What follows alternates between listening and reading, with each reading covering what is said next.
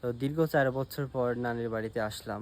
তো প্রবাসে থাকার জন্য আসলে তেমন আশা হয় নাই, দীর্ঘ 4 বছর পরে যেমন আসলাম। তো আমার নানির বাড়িটা হচ্ছে অনেক গ্রামের ভিতরে। এখানে আসলে পরে অন্যরকম একটা শান্তি লাগে। আর আমার নানির বাসা অনেক বড়, এই পিছন সাইড দিয়ে শুরু করে এই সাইড দিয়ে অনেক দূর পর্যন্ত, আবার এই সাইডে আছে। তো এখানে যত রকমের ফল ফ্রুটস সব গাছই আছে আমার নানির বাড়িতে এই সাইড দিয়ে। তো আসলে নানির বাড়িতে অনেক ছোটোবেলা থেকেই আমার থাকা পড়ছে বেশি, কারণ আমার আব্বা যখন বিদেশ ছিল তখন আমি নানির বাড়িতেই ছিলাম। এখানে আমার শৈশব কাটছে। তো এখানে আসার পরে আসলে অন্যরকম একটা ভালো লাগা কাজ করতেছে। তারপরে হচ্ছে আমার নানা নানি বেঁচে আছে, বৃদ্ধ হয়ে গেছে তারপরেও বেঁচে আছে।